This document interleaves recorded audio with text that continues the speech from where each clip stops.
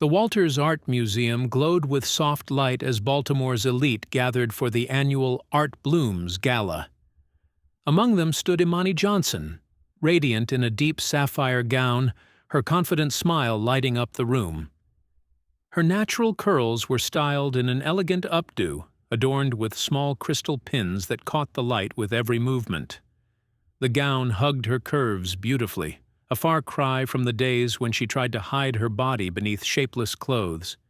Beside her was Declan Quinn, wealthy, respected, and looking at her with undisguised adoration. His hand rested lightly at the small of her back, a gesture both protective and proud. His tailored tuxedo spoke of old money and privilege, but his eyes, warm and genuine, revealed a man who valued substance over status. Across the room, Kevin Henderson froze, champagne glass halfway to his lips. His eyes widened as recognition dawned. The woman he had cruelly rejected for being too fat now commanded the room, successful and loved by one of the most eligible men in Baltimore. The shock on his face was worth more than any words could express, a mixture of disbelief, regret, and the painful realization that he had thrown away something precious based on shallow criteria. When Kevin told Imani she was too fat to love, he never imagined she'd find someone who would cherish every part of her being. Have you ever been judged solely on your appearance? Felt the sting of rejection based on how you look rather than who you are? This is the story of a woman who faced the cruelest kind of rejection but found her way to true love and self-acceptance. What happens when you choose to define your own worth instead of letting others define it for you? We love hearing from our Remarkable Stories community. Let us know in the comments where you're watching from today, and hit subscribe to join us for more stories of triumph and transformation. Baltimore summers are known for their humidity, and on that July afternoon, the air hung thick and heavy in Imani Johnson's apartment overlooking Patterson Park. The sun streamed through her windows, but it couldn't cut through the tension filling the room. Imani sat on her vintage sofa, hands clasped tightly in her lap, as Kevin shifted uncomfortably in the armchair across from her. Imani Johnson wasn't just any 32-year-old woman from East Baltimore. She was a force of nature, talented, ambitious, and full of warmth that drew people to her like moths to flame. Standing at 5 feet 8 inches with curves that spoke of her Southern grandmother's cooking and a smile that could light up the darkest room, Imani had always struggled with society's narrow beauty standards. But until recently, she'd found a comfortable peace with her body, focusing on its strength and what it could create rather than how it looked in a mirror. As the owner of Charm City Confections, she'd built a growing catering business that fused classic dessert techniques with unexpected local flavors. Her lavender honey macarons and Chesapeake Bay spiced caramel tarts had earned her a loyal following across the city. Her kitchen was her sanctuary, a place where she felt confident and in control, where measurements mattered more than sizes. This business wasn't just a job. It was her dream, built on resilience and determination.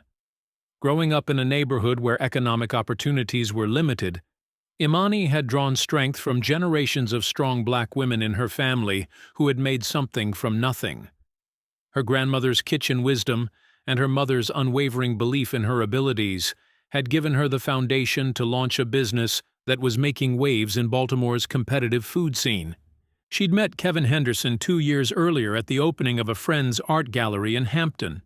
He stood out immediately, tall, conventionally handsome, with the easy confidence of someone who'd never had to question his place in the world.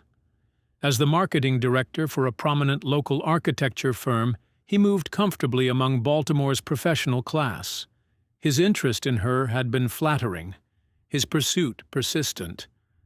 "I've never met anyone who talks about food the way you do," he'd told her on their first date at a trendy restaurant in Harbor East. "It's like you're speaking a different language, one I want to learn." In those early days, Kevin had seemed perfect. Charming, professionally successful, and genuinely interested in her work. His compliments had made her feel beautiful, even on days when the mirror told her otherwise. His interest in her catering business had seemed supportive, offering connections to potential clients and suggesting business books that had helped him in his career. The first 6 months had been a whirlwind of fancy restaurants, weekend trips to nearby cities, and integration into his polished social circle. Kevin's family, upper-middle-class professionals with a home in Roland Park, had been politely welcoming, if somewhat reserved. His mother's eyes had assessed Imani during their first meeting, her smile not quite reaching her eyes. But slowly, almost imperceptibly, things changed. The comments started small. "Are you sure you want dessert, Imani?" "We have that gala next week," he'd say, his voice laced with false concern. Then came the suggestions to join his gym, the comparisons to leaner women in their social circle, the remarks about needing more discipline. Each comment was a small wound, slowly draining her confidence, making her question the very space her body occupied. "I'm just thinking about your health," he'd insist when she confronted him about his increasing focus on her body. But his eyes told a different story, one of embarrassment when introducing her to colleagues, of distance growing between them with each pound he decided was unacceptable. It tapped into a vulnerability many black women face, the pressure to conform to narrow beauty standards that often dismiss or devalue their natural bodies. Each helpful suggestion reinforced the message that she wasn't enough, that her body needed fixing, that her worth was tied to her size. Now, sitting in her apartment with the weight of unsaid words between them, Imani knew something was ending. Kevin finally met her eyes, his expression a mixture of pity and resolve that made her stomach clench. "Imani, this isn't easy, but I don't think this is working anymore," he said, running a hand through his perfectly styled hair. She braced herself. "What are you saying, Kevin?" He sighed deeply. "Look, I care about you, I do. But I need a partner who prioritizes their health, who takes care of themselves. We're moving in different directions. My family, my colleagues. Appearances matter in my world." The pause that followed lasted only seconds, but felt like hours. "And honestly," his voice dropped, delivering the final blow, "I'm just not attracted to you like I used to be. The weight—" He didn't need to finish. The word hung in the air, heavy and suffocating. Not incompatibility of values or diverging life goals. Her physical form, her body, the vessel that carried her spirit, her talent, her love, reduced to a flaw, an embarrassment. The shock hit Imani like a physical blow, stealing her breath. Humiliation washed over her, hot and stinging. Even in the privacy of her own home, she felt exposed, judged, found wanting. "So that's it? 2 years together and it comes down to pounds on a scale?" Her voice was barely audible, trembling with hurt and emerging anger. Kevin had the decency to look uncomfortable. "It's not just that. It's what it represents. We want different things. You're focused on your business, and I need someone who's also focused on presenting a certain image." The subtext was clear. She was successful, but not successful enough to compensate for being fat. She was kind, but not thin enough for kindness to matter. She was talented, intelligent, loving. But in Kevin's equation, none of that outweighed the sin of occupying too much physical space. Kevin left quickly after that, the door closing with a quiet click that somehow sounded like thunder to Imani's ears. She sank onto the floor, the vibrant patterns of her rug blurring beneath tears that seemed endless. His words played on repeat, merging with a lifetime of subtle and overt messages about her body, her blackness, her worth. The rejection wasn't just personal. It felt like confirmation of a fear that had lurked in the shadows of her mind, that she was fundamentally, irrevocably flawed, that she was unworthy of love because of the body she inhabited, that no matter her talents, her kindness, her ambition, her size, would always define her in the eyes of others. As the sun set over Baltimore, casting long shadows across her apartment floor, Imani felt more alone than she ever had. A successful business owner, surrounded by friends and family who loved her, suddenly reduced to that cruel dismissal, too fat to love. The days following Kevin's departure bled into weeks of profound hurt. Imani moved through her Baltimore life like a ghost, going through the motions of running her business while feeling hollow inside. The mirror, once a neutral object, became an enemy, reflecting back not her intelligence or her kind heart, but only the perceived flaws Kevin had weaponized. His words, "I'm just not attracted to you anymore," became the soundtrack to her inner critic, a voice already well-versed in the harsh societal narratives surrounding black women's bodies. She found herself replaying every shared meal, every photograph, searching for the exact moment his affection had apparently curdled because of her size. She'd always been aware of her body's disconnect from mainstream beauty standards, but Kevin's rejection had transformed that awareness into something toxic. Where once she had mostly made peace with her curves, now she saw only flaws to be hidden, evidence of her supposed lack of discipline and care. Early mornings became particularly difficult. Her bedroom, once a place of rest and renewal, now felt like a battlefield where she faced her reflection with critical eyes. No wonder he left, the mirror seemed to say. Getting dressed became an exercise in self-judgment, each outfit assessed not for comfort or joy, but for how well it concealed her perceived deficiencies. Even her sanctuary, her kitchen, became contaminated with these thoughts. The ingredients that had always brought her joy now carried the weight of judgment. She found herself hesitating before tasting her own creations, Kevin's voice in her head questioning whether she needed that bite of cheesecake. Well-meaning friends offered what comfort they could, but few seemed to grasp the insidious nature of the wound. "You're better off without him," said her best friend Maya over coffee at their favorite spot in Hampton. "Anyone who values size over substance doesn't deserve you." "His loss," insisted her sister Zora during their weekly phone call. "Trust me, sis, there are plenty of men out there who will appreciate all of you." But these platitudes, though offered with love, couldn't reach the depth of her pain. It wasn't just a breakup. It was a confirmation of the fear that her body made her unworthy of love. "You don't understand," she finally confessed to Maya one evening. "It's not just about Kevin. It's about feeling like no matter what I achieve, no matter how kind or successful or loving I am, it will never be enough to compensate for not having the right body." Maya's eyes filled with understanding. "You're right. I can't fully understand, but I know you're worth so much more than that narrow definition of beauty he subscribed to." Even more painful were the helpful suggestions that followed.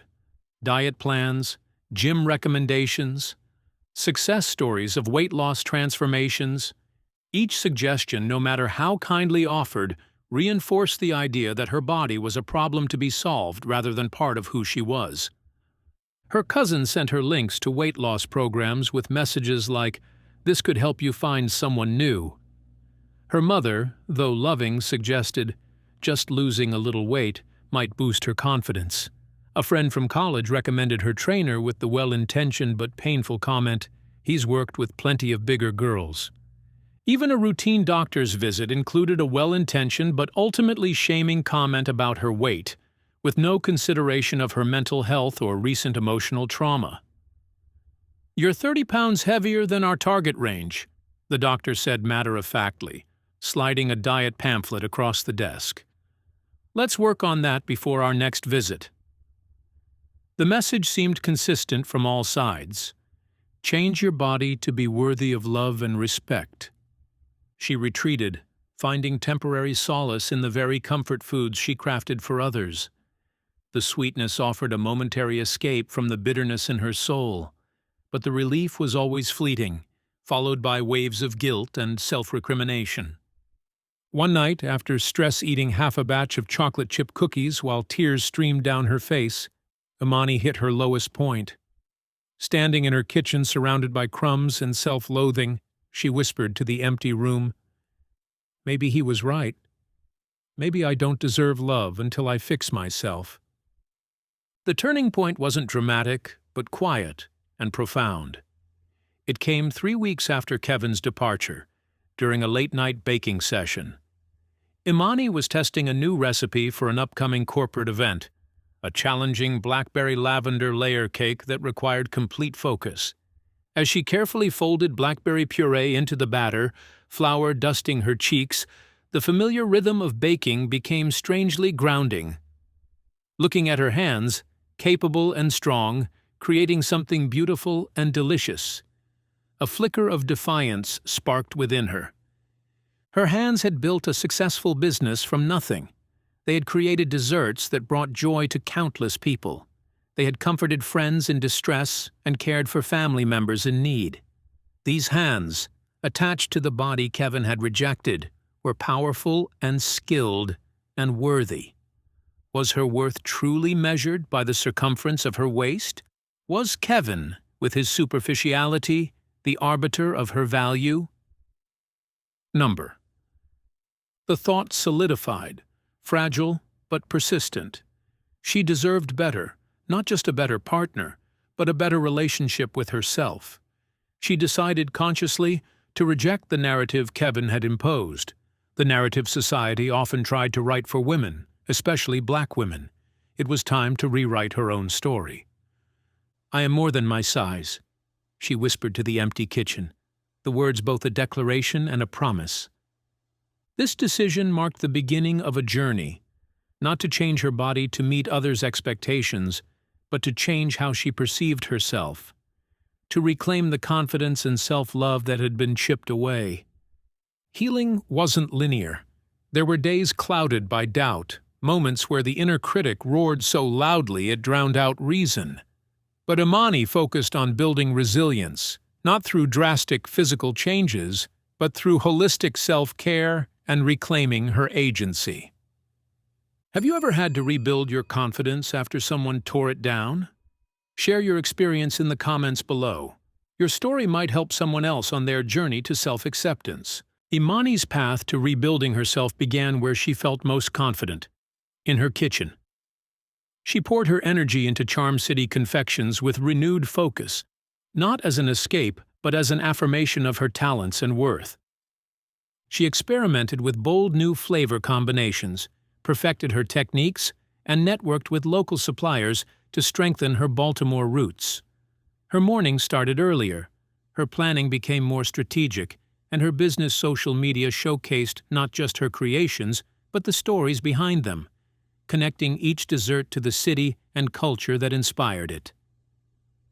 She attended a small business development workshop at Morgan State University, where the instructor recognized her potential and connected her with a mentorship program specifically for Black women entrepreneurs.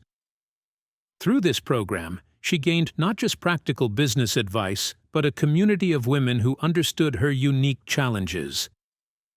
"Your concepts are incredibly marketable," her mentor, a successful caterer turned restaurant owner, told her.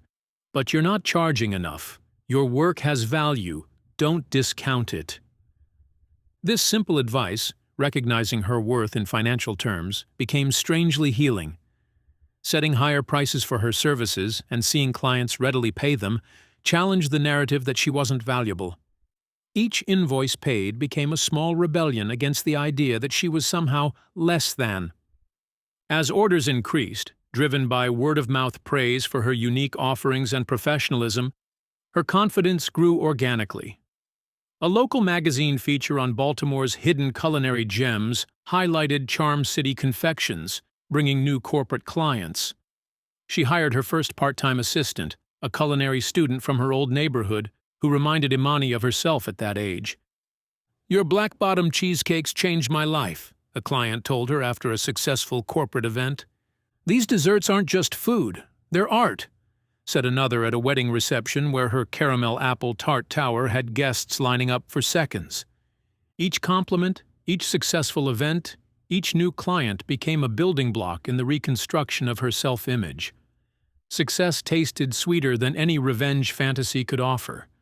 But Imani knew that professional validation alone couldn't heal the deeper wounds.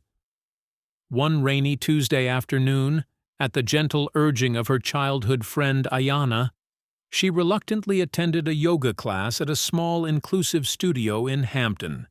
Walking into the studio felt like crossing a threshold, not just into a new space, but into a new relationship with her body. The studio itself was a revelation.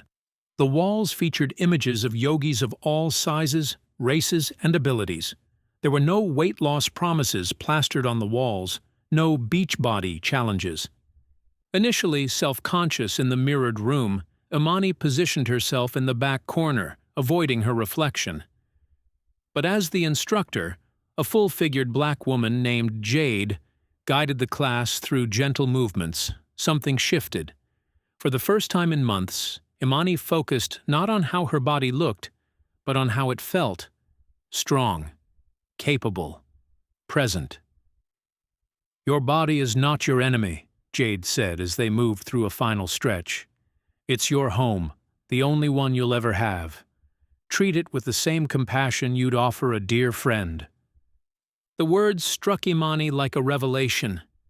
She'd been at war with her body, seeing it as the reason for rejection, rather than the vessel that carried her through life, that created beautiful food, that connected her to others. After class, she approached Jade, confessing her struggles with body image. "What helped me," Jade shared, "was reframing movement as celebration rather than punishment. I don't exercise to shrink my body. I move to honor what it can do."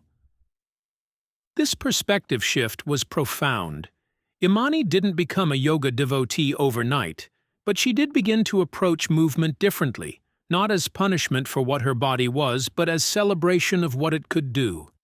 Some days, she simply put on music and danced in her living room, reclaiming the joy of movement for its own sake.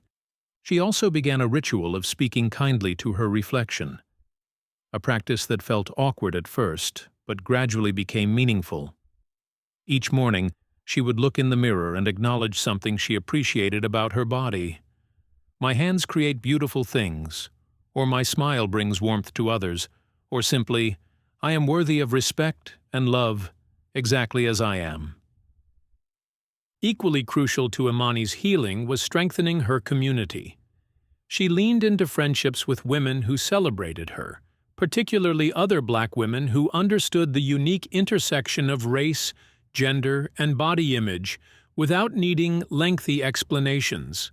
One Saturday afternoon, Imani hosted a dessert tasting at her apartment for a small group of friends.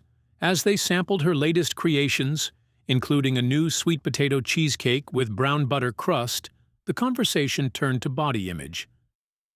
"I spent so many years trying to shrink myself," said Maya, a local artist whose bold paintings celebrated Black women's bodies in all their diversity. "Not just physically, but taking up less space with my voice, my ideas, my needs. For what? To make others comfortable with my existence?" "It's exhausting," agreed Zora. "The constant pressure to meet standards that weren't even created with us in mind." Nia, a high school counselor whose curves rivaled Imani's own, nodded. "I tell my girls all the time, your worth isn't measured in inches or pounds. It's in how you treat people, the dreams you pursue, the love you give and receive." As the women shared their experiences, the hurtful comments, the microaggressions, the journey toward self-acceptance, Imani felt a weight lifting. Her pain wasn't isolated. It was part of a broader experience shared by many women who looked like her. And if these amazing women she admired could reject those harmful narratives, perhaps she could too. This community became her anchor, providing perspective when the inner critic grew too loud and celebration when milestones were reached. They created a group text chain aptly named Queens Supporting Queens, where daily affirmations and small victories were shared. Imani found herself looking forward to these exchanges, these reminders that she wasn't walking this path alone. Imani also consciously curated her environment.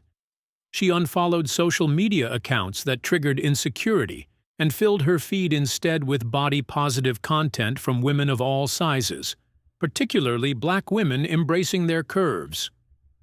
She read books on body acceptance and the specific cultural pressures facing black women. She discovered black female chefs and food entrepreneurs who looked like her, who had succeeded without conforming to conventional beauty standards. She set firm boundaries with anyone who offered unsolicited criticism about her appearance or life choices. When a distant aunt commented on her weight at a family gathering, Imani took a deep breath and responded calmly but firmly, "My body isn't up for discussion. Tell me about your garden instead." The boundary was clear, respectful, and effective. This journey wasn't about shrinking herself to fit societal expectations. It was about expanding into her authentic self. It was about recognizing that resilience wasn't about being impervious to pain, but about integrating the experience and choosing self-love as an act of resistance.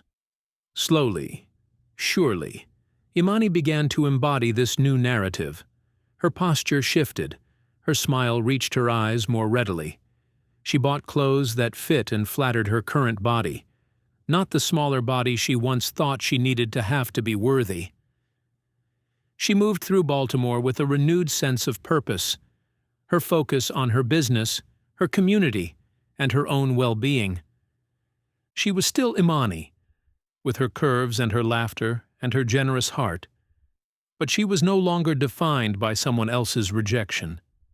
She was defining herself, finding strength not in spite of her experiences, but because of the resilience they had forged within her. 6 months after Kevin's departure from her life, Imani received an opportunity that marked a professional milestone.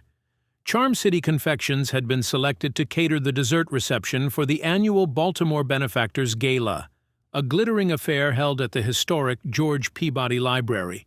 This wasn't just any event. It was the gathering of Baltimore's most influential philanthropists and community leaders, an elite circle that could propel her business to new heights. The Peabody Library was one of Baltimore's architectural treasures. 5 tiers of ornate cast-iron balconies rising toward a skylight 61 feet above the black and white marble floor. Securing this venue for the gala was itself a statement of prestige. Being chosen as the dessert caterer was both an honor and a challenge.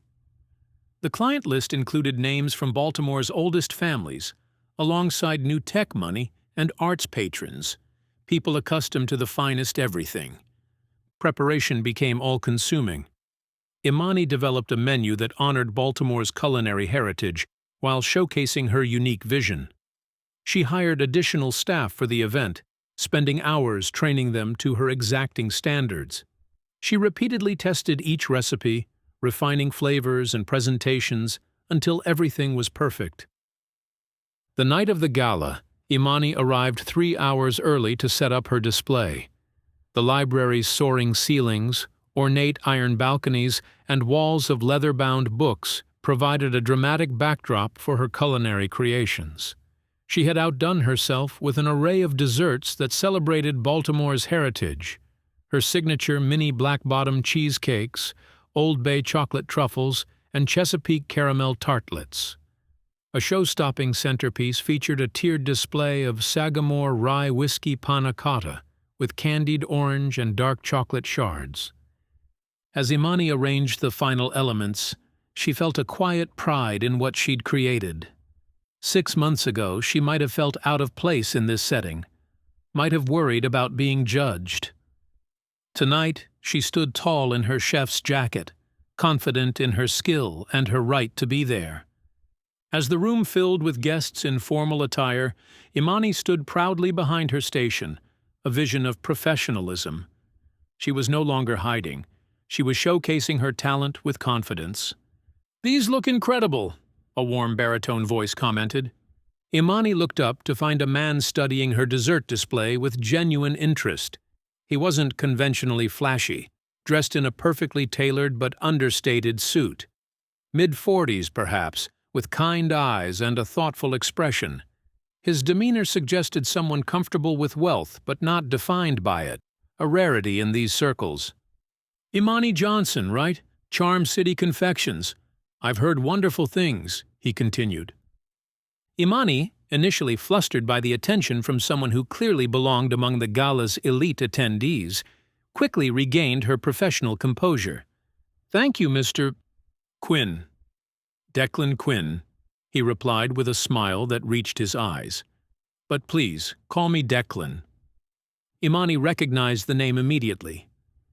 Declan Quinn was the chair of the event and head of a family foundation known for its quiet but substantial investments in Baltimore's arts and community development initiatives.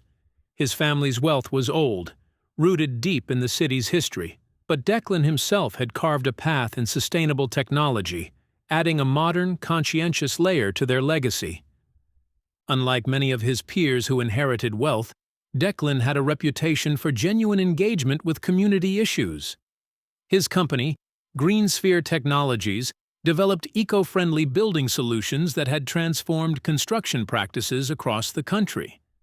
His philanthropy wasn't just check writing. It involved time, personal attention, and a commitment to addressing root causes rather than symptoms.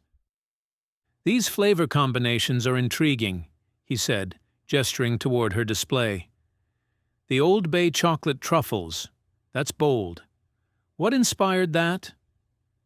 The question wasn't perfunctory small talk. There was genuine curiosity in his eyes, an interest in her craft rather than just polite conversation. "I believe desserts should tell a story about place," Imani replied, her passion overcoming her initial nervousness. "Baltimore has such a rich culinary tradition, but it's rarely celebrated in fine desserts. I wanted to change that, to honor those flavors in unexpected ways." She explained how the heat and complexity of Old Bay complemented the bitterness of dark chocolate, creating a flavor profile that was surprisingly harmonious despite seeming contradictory. "It's like Baltimore itself," she added, "seemingly disparate elements coming together to create something unique and wonderful." Declan's eyes lit up at the analogy. "That's exactly what I love about this city. It's full of unexpected combinations that somehow work beautifully together." Their conversation flowed easily from there, touching on everything from the challenges of small business ownership to the nuances of Baltimore's revitalization efforts. Declan possessed a quiet intelligence and a dry wit that matched her own. When he tasted her Chesapeake caramel tartlet, his eyes lit up with genuine appreciation. "Remarkable," he declared. "The balance of sweet and savory is perfect." What struck Imani most was how Declan saw her. Truly saw her. Unlike Kevin, whose gaze had eventually reduced her to her physical form, Declan's focus was on her mind, her talent, her evident passion. He asked about her business journey, listened attentively to her answers, and shared relevant insights from his own experience supporting small businesses through his foundation. There was no hint of condescension in his manner, no suggestion that he was doing her a favor by conversing with her. There was simply mutual respect and genuine interest. "What made you choose food as your medium?" he asked, leaning against a nearby column, seemingly in no hurry to move on to other guests. Imani considered the question. Food connects people across every boundary. It carries history, culture, emotion. When someone tastes something I've created, they're experiencing a part of my story, my heritage. There's an intimacy in that exchange that I've always found meaningful. Declan nodded, his expression thoughtful. "That's beautifully put. I've always believed that meaningful connection is what we all truly seek, whether through art, technology, or, in your case, culinary creation." As the evening progressed, Declan returned to her station several times, bringing other guests to sample her creations and making sure to introduce her by name and with praise for her culinary innovation. His support was natural and unforced, the actions of someone who recognized talent and wanted to see it succeed.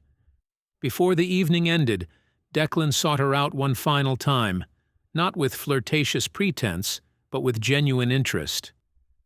"I've been thinking about a project my foundation is considering, a culinary arts program for youth in West Baltimore," he said. We want to create pathways to careers in food service beyond fast food jobs. Your perspective would be valuable. Would you be open to discussing it over coffee sometime?" Imani, wary but intrigued, agreed. She had learned caution, but something about Declan's straightforward manner and evident respect for her professional abilities made her willing to consider the possibility. They exchanged business cards, his gesture lacking any of the subtle cues that might suggest ulterior motives. It was a professional interaction, yet there was an undeniable warmth to it, a sense of connection that went beyond networking. As Imani packed up her display later that night, she found herself smiling. For the first time in months, she had been completely present in a conversation, not self-conscious about her body or worried about judgment. She had simply been Imani, chef, business owner, creative force. And that had been more than enough. What she didn't yet know was that this meeting would mark the beginning of something neither she nor Declan could have anticipated. A connection built not on physical attraction alone, but on mutual respect, shared values, and genuine admiration. What followed wasn't a whirlwind romance, but a gradual, respectful unfolding. Their first meeting about the foundation project took place at a small coffee shop in Mount Vernon.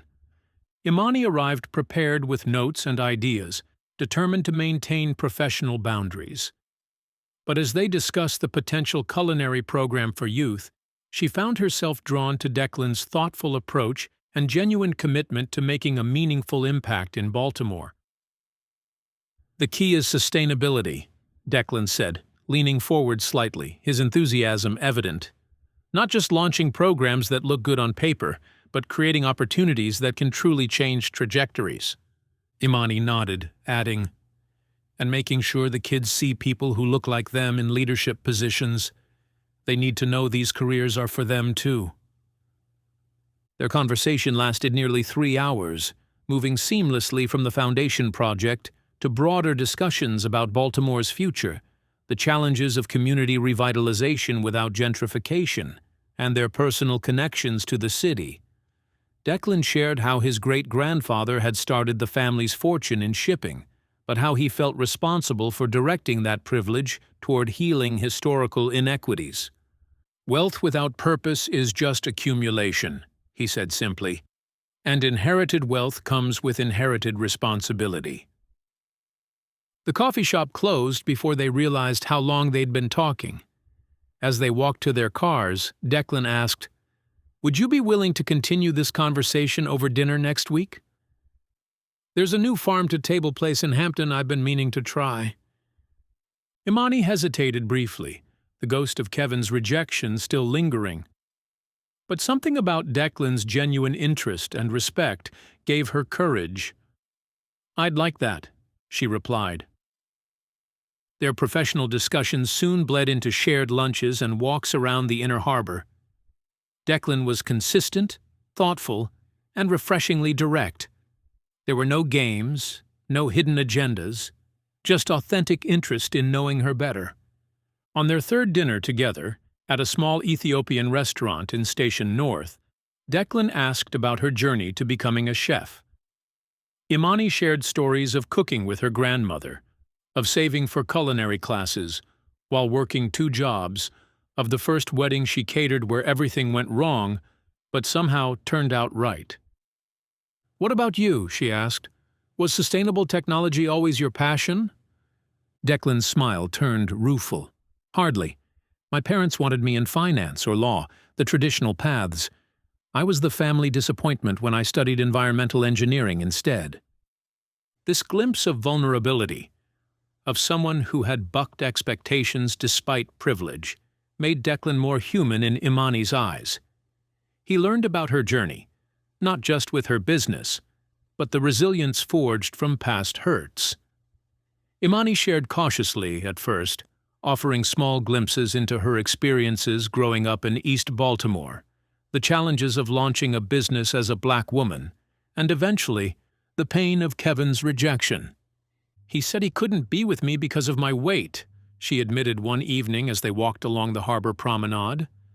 that his family and colleagues expected a certain image that I didn't fit. Declan was quiet for a moment, his expression troubled. "That says everything about his character and nothing about your worth," he finally replied. "I'm sorry you experienced that kind of shallow judgment." Declan listened without judgment, offering quiet support and admiration for her strength.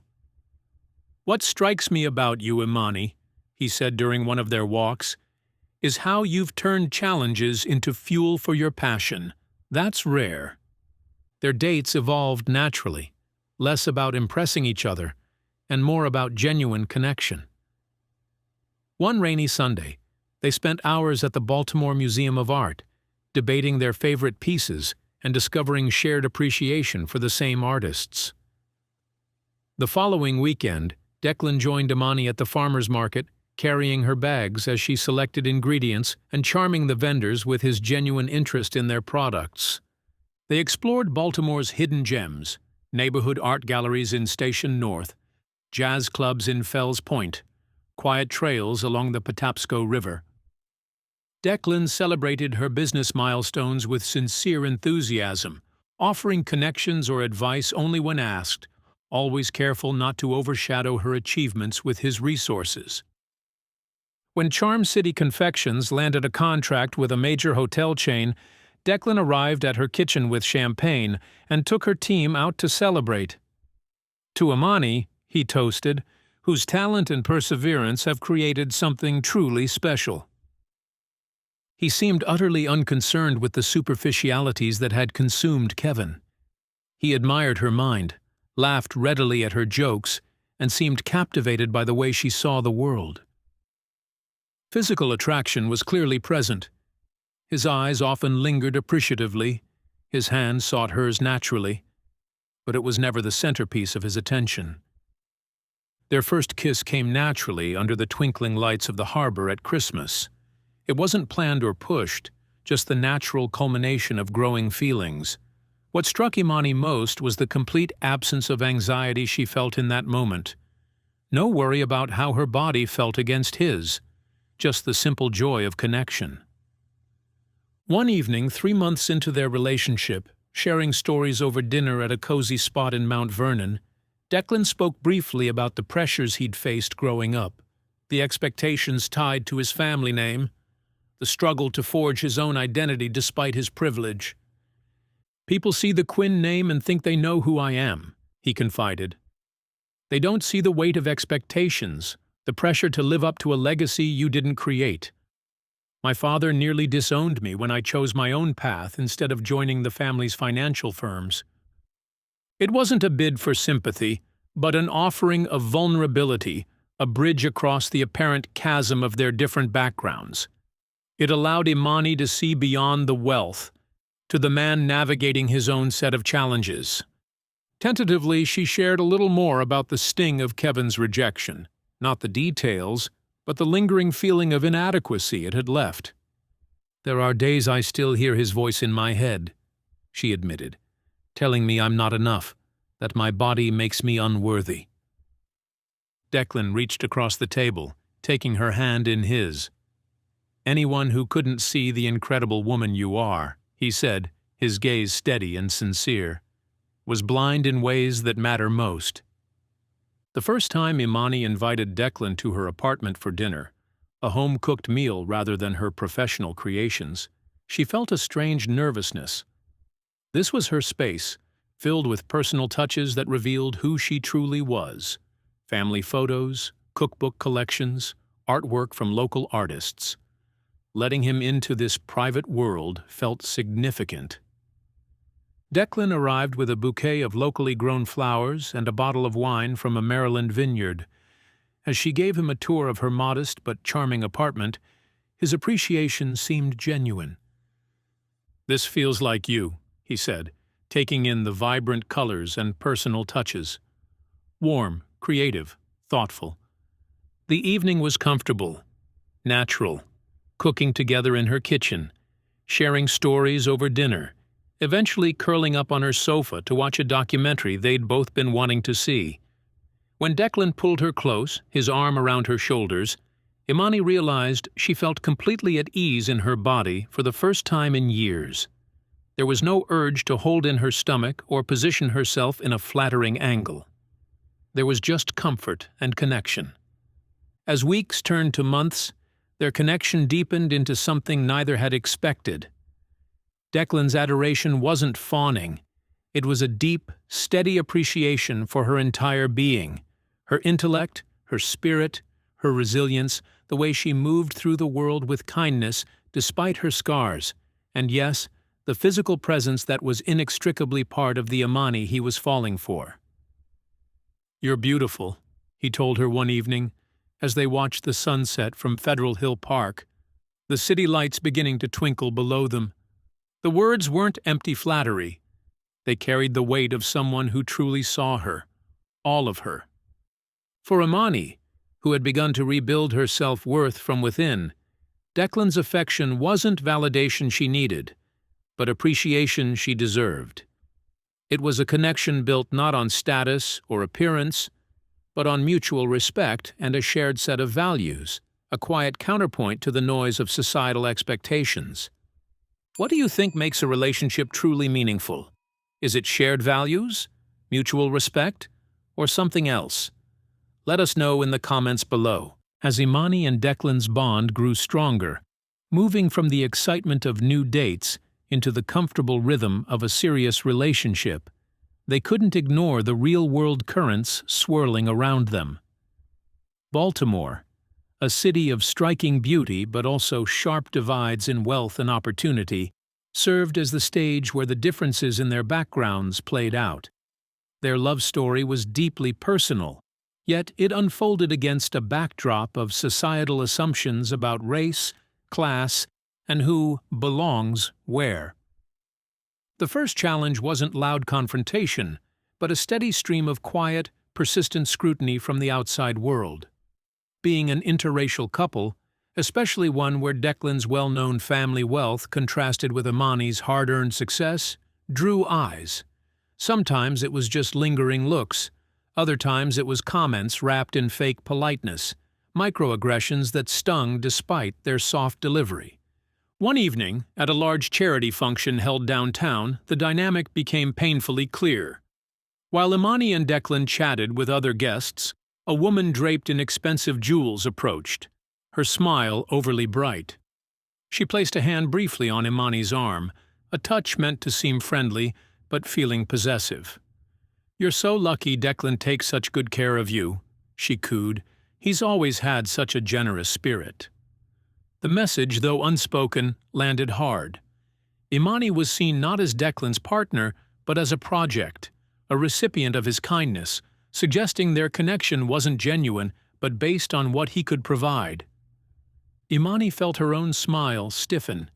Years of navigating similar situations had taught her politeness, but the urge to challenge the woman's condescending view was strong. Before Imani could find the right words, Declan's hand rested firmly on the small of her back, a silent signal of support. "Actually," he responded, his voice pleasant but carrying an unmistakable firmness, "I count myself the lucky one. Imani's creativity and determination are truly special. Have you tasted her desserts? She's bringing a whole new flavor to Baltimore's food scene." He skillfully redirected the focus to Imani's accomplishments, framing her as the remarkable individual, not the fortunate beneficiary. The woman, caught off guard by the correction, stammered a reply and quickly excused herself. Driving home later, Imani shared her frustration. "That kind of comment, assuming I'm just with you for the benefits, it happens more than you probably notice," she explained quietly. "It questions why we're together, making it seem like anything other than genuine feelings is impossible." Declan learned quickly. He started noticing the subtle shifts in conversation when they entered certain rooms, the way some people addressed him while barely acknowledging Imani, or the surprise in their eyes when learning she was a successful business owner in her own right. At a dinner for his foundation's board, an older member took Declan aside. "She's certainly different from your usual companions," the man remarked, making no attempt to hide his disapproval. Quite a change from Caroline Mitchell, wouldn't you say? Caroline, Declan's ex, came from a similar background, embodying the expected image. Declan's reply was cool and immediate. Yes, she is different, he agreed. Imani is exceptional in every way imaginable. I've never been happier. His unwavering tone shut down the conversation effectively. Imani, fiercely proud of the life and business she had built from scratch, found these assumptions grating. Declan, realizing the privilege that had previously shielded him from noticing such undercurrents, became a more attentive partner in navigating them. They made a pact. They would face these moments head-on, together. After awkward encounters, they'd debrief, sharing their feelings, validating each other's discomfort, and strategizing how to respond collectively next time.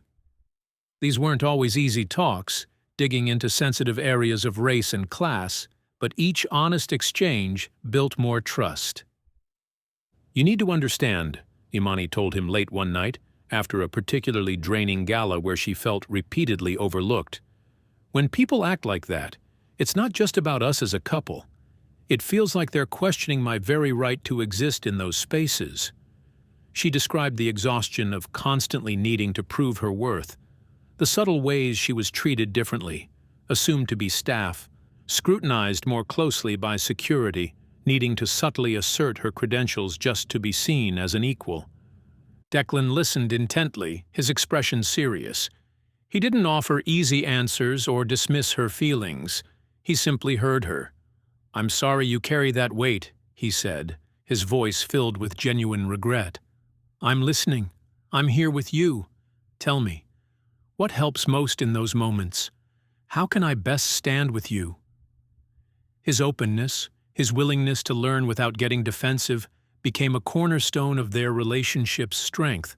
They started consciously creating their own unit, their we, a private world built on mutual understanding that acted as a shield against the outside noise. Family presented its own set of navigation points. Imani's family, protective and grounded in the realities of life in East Baltimore, were initially wary. They worried Declan couldn't truly grasp Imani's world, and feared she'd be hurt by the judgment their relationship might attract. "Mom, he doesn't pretend to get everything," Imani explained over Sunday dinner. "But he listens. He shows up. He respects where I come from. That means more than sharing the same background." Her mother, whose life experience had taught her caution, searched Imani's eyes. "Does he make you happy, baby girl? Truly happy?" "He sees me, Mom," Imani answered softly but firmly. "All of me. And he likes what he sees." Her mother considered this, then nodded slowly. "All right then, bring him over next Sunday." That dinner marked a shift.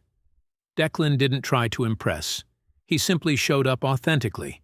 He helped Imani's father with the grilling, talked local politics with her uncle, and raved genuinely about her mother's sweet potato pie, asking thoughtful questions about the recipe's origins.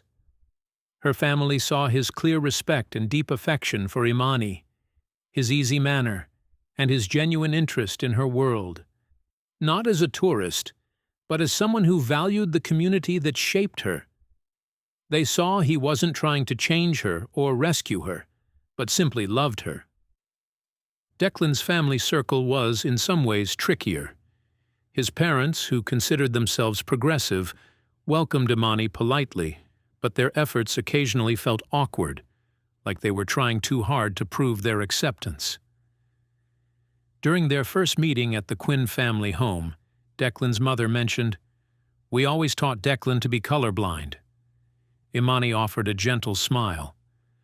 "That's a kind thought, Mrs. Quinn," she replied calmly, "but I wouldn't want anyone to be blind to my color. It's a huge part of who I am, my history, my culture. I'd much rather be seen completely, including my race, than have parts of me ignored." A brief, uncomfortable silence followed before Declan's father broke it with a small chuckle. "Well said, Imani.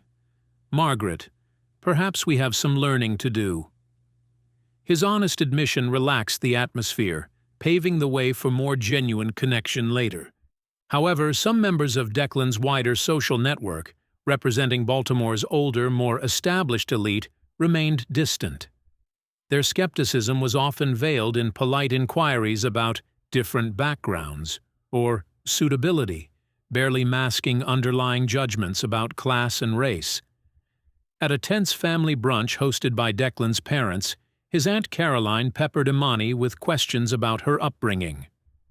"And where exactly in the city did you grow up, dear?" she asked, her smile never quite reaching her eyes.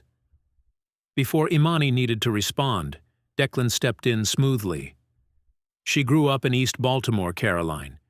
It's where she built an incredible business from the ground up, with sheer talent and hard work. Her background isn't something to overcome. It's the foundation of her strength." Declan's consistent refusal to let these subtle digs pass unchallenged was a powerful affirmation for Imani, quieting the old insecurities Kevin's rejection had left behind. Those insecurities still surfaced sometimes, like faint echoes in quiet moments. Is this real? Can it last? Will he eventually decide I'm not enough after all? The sheer difference in their daily realities, Declan's casual mentions of international foundations, his effortless movement in circles of immense influence, could occasionally feel daunting, making her feel like an outsider despite his reassurances. "Sometimes," she confessed one night, sitting on her apartment balcony overlooking the city lights, "I feel like I don't quite fit into your world." Declan turned to her, taking her hand. His response was thoughtful, not dismissive. "You fit wherever you choose to stand, Imani," he said seriously. "But just as important, I want to fit into your world. This isn't about absorbing you into my life. It's about us building a shared life, something new that belongs to both of us." He backed these words with actions. He didn't just reassure, he actively worked to bridge their worlds. He introduced his friends and colleagues to her favorite neighborhood restaurants, proudly took her to community events she cared about, and always positioned her as his equal partner, never just a +1. When she expressed feeling intimidated at a formal event filled with people who had known each other since childhood, Declan stayed close, making introductions that highlighted her specific achievements, ensuring she wasn't just seen, but recognized. If a business associate made a careless, coded comment about Imani's neighborhood, Declan would gently but firmly challenge the assumption, pointing out the resilience and talent originating from that part of town. Navigating the wealth difference required constant awareness and communication. Declan, highly conscious of the potential power imbalance, was careful never to use his resources in a way that diminished Imani's independence. When offering business advice or connections for Charm City Confections, it was always presented as admiration for her talent and a desire to see her succeed, never as charity or a handout. "You've created something amazing here," he'd say when discussing her expansion plans. "I just happen to know some people who should experience it." His gifts were thoughtful and personal, reflecting her interests, a rare cookbook, a unique kitchen tool from a local artisan, rather than extravagant displays that might make her uncomfortable. Imani, in turn, maintained her fierce independence. She insisted on contributing fairly to their shared life, celebrating her own successes, and refusing to feel like the lesser partner simply because her bank account was smaller. When they traveled, she made sure to pay her share or treat them to experiences, reinforcing their equality. Her flourishing business stood as a clear symbol of her own agency and hard work. When Declan offered financial backing for her planned storefront, Imani proposed a formal loan agreement instead, outlining clear repayment terms and ensuring she retained full ownership and control. "I value your support immensely," she explained carefully, "but this business needs to remain mine, built by me." Declan understood immediately and respected her decision without question, recognizing how vital her autonomy was to her, and therefore to them. One evening, attending a fundraiser for a youth arts program, they ran into a woman who used to work with Kevin. Her eyes flicked between Imani and Declan, making a swift, obvious calculation. "Imani," she said, her voice dripping with false sweetness, "you look wonderful. Declan, you're clearly doing wonders for her." Again, the subtle implication, her happiness was solely his doing. This time, Declan didn't even wait for Imani. He stepped forward slightly, his arm protectively around her waist. "Imani does wonders all by herself," he stated calmly, meeting the woman's gaze directly. "Her new seasonal desserts are incredible. You really should try them." He expertly redirected, praised Imani, and shut down the insinuation in one smooth move. Later, talking it over, they acknowledged the lingering frustration these moments caused, but also recognized their shared strength. Each challenge faced together, each awkward conversation handled with honesty, each instance of showing up for one another didn't weaken their bond. It fortified it. It proved that their connection, grounded in respect, shared goals, and deep affection, was real and resilient enough to handle the pressure. "There will always be people who look at us and don't get it," Declan sighed, holding her close on their sofa. Imani leaned into him, feeling secure. "Then they don't need to get it," she replied simply. "All that matters is that we do." The Walters Art Museum glowed, its marble halls filled with Baltimore's philanthropic and cultural elite for the annual Art Blooms Gala. This year, however, held a special significance for Imani. Not only was Charm City Confections providing the exclusive dessert course, but Imani herself was being honored with the Emerging Entrepreneur in the Arts Award, recognizing her innovative business and community engagement. The nomination had come as a surprise. The previous winners had typically been gallery owners, theater directors, or visual artists, not culinary professionals. But Imani's unique approach to desserts as cultural storytelling, combined with her newly launched apprenticeship program for youth from underserved neighborhoods, had caught the committee's attention. The recognition validated what Imani had always believed, that food was a legitimate artistic medium, particularly when it celebrated cultural heritage and community connections. Preparing for the evening had been a blend of professional and personal excitement. Professionally, she had created a dessert menu that showcased Baltimore's diverse culinary influences, from a reimagined Smith Island cake to delicate macarons flavored with local honey and lavender. Personally, she had allowed herself the luxury of a gown that celebrated rather than concealed her curves, a deep sapphire creation that made her feel regal. Standing beside Declan, radiant in this gown that complemented her skin beautifully, she felt a sense of quiet accomplishment that resonated deeper than any external validation. The journey to this moment, from the depths of rejection to rebuilding her sense of self, made the recognition all the sweeter. "Nervous?" Declan asked softly, his hand warm against the small of her back. "Surprisingly, no," she replied with a smile. "This feels right." As they mingled during the cocktail hour, Imani greeted many familiar faces. There were clients who had become supporters, fellow business owners who had offered advice, community leaders who had championed her work. She belonged in this room not because of Declan, but because of her own merit and connections. Then, across the crowded room, a familiar figure caught her eye. Kevin. He was standing with his parents, his expression momentarily freezing as he registered Imani. His gaze swept over her, taking in her confident posture. The easy way Declan's arm rested possessively yet gently around her waist, the genuine laughter that lit up her face as she spoke with the museum director. The shock on his face was palpable, a mixture of disbelief, perhaps regret, and the dawning realization that the woman he had dismissed stood before him, thriving and adored. He whispered something to his mother, who turned to look, her own expression revealing similar surprise. Imani felt a flicker of the old hurt, a phantom limb of past pain, but it vanished as quickly as it came, replaced by a profound sense of peace. This man, who had once held such power over her self-image, now seemed smaller somehow, diminished by the comparison to what she had found, not just in Declan, but in herself. Declan squeezed her hand gently, sensing the shift, but offered no words, only steadfast presence. He knew enough of her history with Kevin to understand the significance of this moment, but trusted her to navigate it in whatever way felt right to her. As Kevin and his family inevitably made their way over, obligated by social niceties, Imani met them with calm composure.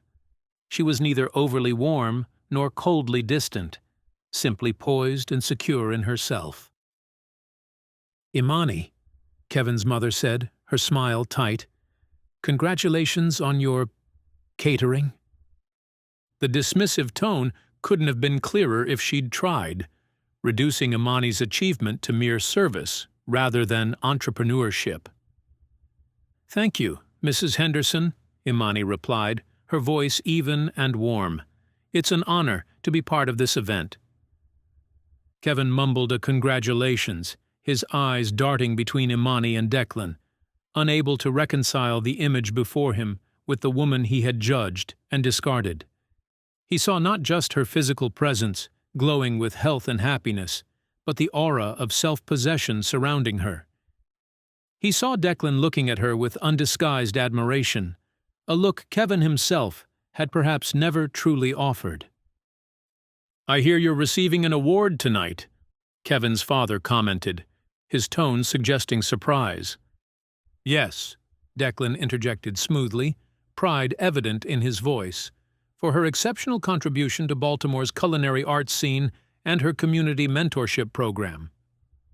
"It's quite an honor," Imani added, maintaining eye contact with Mr. Henderson. "The Foundation's support for culinary arts as a form of cultural preservation is visionary." Her tone was professional and confident, neither apologetic nor boastful. Kevin shifted uncomfortably. "You always were talented in the kitchen," he offered, his attempt at a compliment falling flat in its inadequacy. Imani didn't engage further with the underlying tension. There was no need for pointed remarks or triumphant declarations. Her vindication wasn't in their discomfort, but in her own hard-won serenity. She offered a polite nod and turned back to her conversation with the museum director, her focus returning to the present, to the man beside her, to the evening celebrating her achievements. Her indifference was the most potent statement of all. Their opinion no longer held any power over her. Declan simply stood beside her, a quiet pillar of support, his respect for her evident in his gaze. The awards ceremony portion of the evening began with the introduction from the Foundation's president, highlighting the importance of arts entrepreneurship in community development. When Imani's name was called, the applause was genuine and enthusiastic. She walked to the podium with graceful confidence, her head held high. Later, as Imani stood at the podium accepting her award, she spoke not of personal triumph, but of community resilience. "This award belongs not just to me, but to everyone who believed in Charm City Confections, my family, my friends, my community, and the city of Baltimore itself," she said, her voice clear and confident. "My business exists to celebrate the flavors and stories of this incredible city, to create moments of joy through food, and to open doors for others who might not see themselves represented in fine culinary arts." She spoke about her apprenticeship program, about the importance of making culinary careers accessible to youth from all neighborhoods, about food as a vehicle for preserving cultural heritage and creating cross-community connections. "In Baltimore, we often talk about our divisions, East and West, wealthy and struggling, different races and backgrounds. But food has always been a bridge. When we share a meal, we share stories, traditions, parts of ourselves. My hope is that through Charm City Confections and programs like our youth apprenticeship, we can create more opportunities for these connections." The audience responded with a standing ovation. From the crowd, Declan watched her with unabashed adoration, his pride evident to everyone around him. Kevin and his family remained seated longer than most, their applause perfunctory. From the podium, Imani could see the stark contrast. Declan beaming with genuine pride, Kevin's family clapping with polite restraint. But more importantly, she could feel the difference within herself. Once, Kevin's approval had seemed essential to her worth. Now, his opinion was merely one of many, and far from the most important. Their connection, authentic and deep, spoke volumes more than his family's billions ever could. The contrast was stark. Kevin, trapped by superficiality, and Imani, liberated by self-worth, standing beside a man who cherished her for exactly who she was. As the evening wound down, Imani and Declan slipped away from the crowds to a quiet corner of the museum gardens. Under the stars, with the gentle splash of a fountain nearby, Declan took both her hands in his. "You were magnificent tonight," he said softly. "Not just your speech or how stunning you look, though both are true. It's who you are, Imani.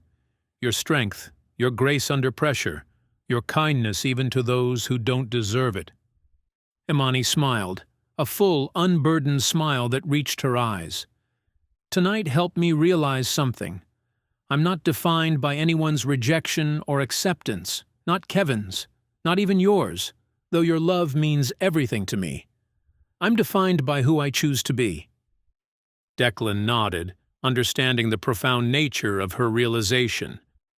"That's exactly why I love you," he said simply. "Because you're unapologetically, gloriously you."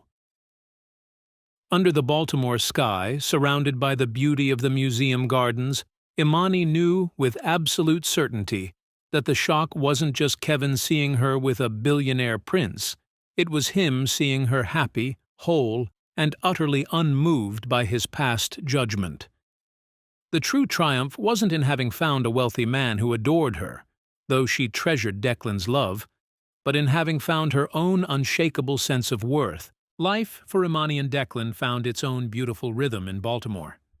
Their days weren't marked by grand, shocking gestures, but by the quiet strength of a partnership built on solid ground. Charm City Confections blossomed, its storefront in Mount Vernon becoming more than just a bakery. It was a warm, welcoming space reflecting Imani's journey, a community hub alive with workshops, local art, and the sweet aroma of heritage desserts that told stories with every bite. This success wasn't just about business. It was a daily affirmation of her talent and vision, built on her own terms. Declan remained her unwavering partner, championing her work while continuing his own efforts in sustainable innovation and community building. Their different backgrounds blended seamlessly in their shared life, creating a home filled with laughter, mutual respect, and a deep understanding forged through navigating challenges together. They continued investing in Baltimore, mentoring young people, and supporting local causes, finding shared purpose in giving back to the city that held their story. Walks through Patterson Park, once a place of painful memories for Imani, now felt different. The past wasn't erased, but it no longer defined her present. Encounters with Kevin or his family became insignificant, polite exchanges stripped of their old power. The sting of his rejection had faded, replaced by the quiet confidence of a life lived authentically. Years later, Imani's cookbook, Baltimore on a Plate, shared recipes intertwined with stories of resilience and identity. In it, she touched upon her journey towards self-acceptance, framing past hurt not as a defining wound, but as a catalyst.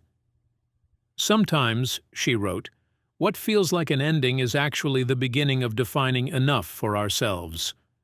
The book resonated, connecting food, culture, and the power of reclaiming one's narrative. The core lesson Imani embraced wasn't about revenge or proving others wrong. It was the profound understanding that her worth came from within, independent of anyone else's opinion or judgment. She learned that true partnership, like the one she shared with Declan, celebrates the whole person, imperfections and all. Resilience, she discovered, wasn't about being untouched by pain, but about integrating experiences, seeking support, and courageously choosing growth. Sharing her story became a way to help others, particularly Black women facing similar pressures, find their own paths to self-worth. Ultimately, Imani's greatest triumph wasn't the shockwave she sent through Kevin's world, but the quiet, unshakable peace she found within her own. Her story teaches us a powerful lesson. Your value isn't determined by external validation or societal standards. It's inherent. True fulfillment comes from living authentically, embracing your whole self, and building a life grounded in your own values. It's not about finding a prince, but about confidently taking your place as the ruler of your own remarkable life. What part of Imani's journey towards self-acceptance resonated most with you? Share your thoughts in the comments below. If this story inspired you, please give it a like and subscribe to Remarkable Stories for more tales of resilience and transformation.